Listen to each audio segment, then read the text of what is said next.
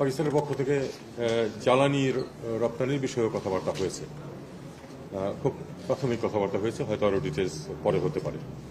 পরিবহন এবং যোগাযোগের ক্ষেত্রে আপনারা জানেন যে চিটং এবং করাচি বন্দরের মধ্যে জাহাজ চলাচল শুরু করেছে, যদিও নিয়মিত না।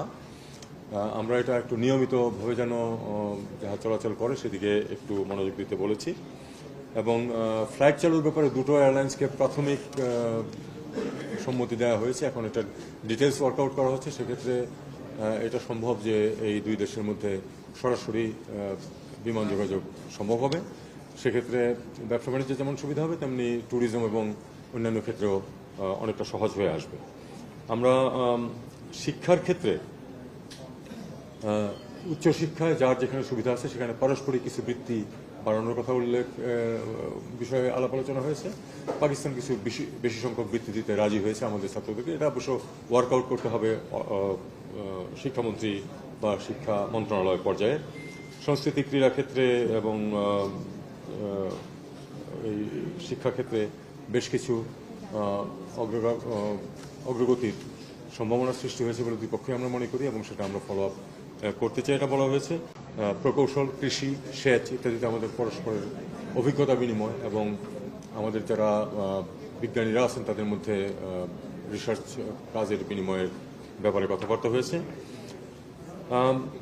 দেশের দ্বিপাক্ষিকের বাইরে আঞ্চলিক সহযোগিতা, আপনারা জানেন যে সার্ক তো এক ধরনের মরিবান্ড অবস্থায় আছে। এর বাইরেও অন্যান্য যেসব সংগঠন আছে সেগুলিতে দুই পক্ষ আমরা সহযোগিতা সাধারণত করে থাকি, সেটা আমরা উল্লেখ করেছি এবং এই সহযোগিতা বজায় থাকবে, বৃদ্ধি পাবে, এ নিয়েই আমাদের মধ্যে কথাবার্তা হয়েছে।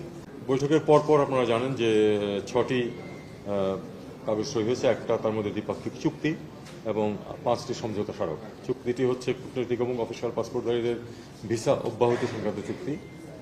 এটা আপনারা জানেন যে অনেক দেশের সাথে আমাদের আছে, পাকিস্তানের সাথে হলো যে কূটনৈতিক এবং অফিসিয়াল পাসপোর্টধারীরা বিনা ভিসায় পাকিস্তানে যেতে পারবেন। সাধারণ নাগরিকদের ভিসার ক্ষেত্রে পাকিস্তান আমাদেরকে জানিয়েছে তারা অনেক ইজ করেছে। একদিনের মধ্যে ভিসা দিচ্ছে তারা, এবং একদিনের মধ্যে ভিসা দিচ্ছে, এবং অনেক ক্ষেত্রে ভিসা অন অ্যারাইভেলও কোনো কোনো ক্ষেত্রে দিচ্ছে।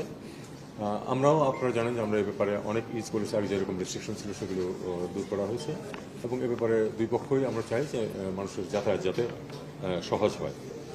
বাণিজ্য বিষয়ে একটি যৌথ ওয়ার্কিং গ্রুপ নিয়ে সমঝোতা স্মারক হয়েছে। সাংস্কৃতিক বিনিময়ের জন্য একটা সমঝোতা স্মারক হয়েছে।